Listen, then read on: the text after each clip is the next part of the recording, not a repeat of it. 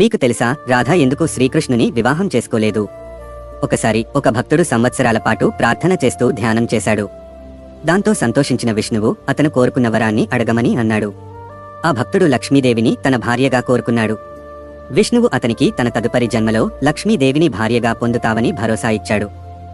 తర్వాతి జన్మలో లక్ష్మీదేవి 4 రూపాలలో అవతారమెత్తింది: రుక్మిణి, సత్యభామ, జాంబవంతి మరియు రాధ.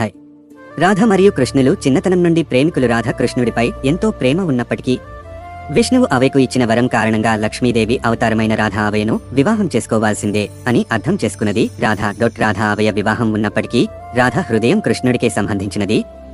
ఒకసారి అవయ్య రాధపై అనుమానం వచ్చి ఆమెను అడవి ధరలో అనుసరించాడు. అక్కడ కృష్ణుడు కాళీదేవి రూపంలో రాధను కాపాడుతున్నాడు. కాళీదేవిని అవయ్య పూజిస్తాడు.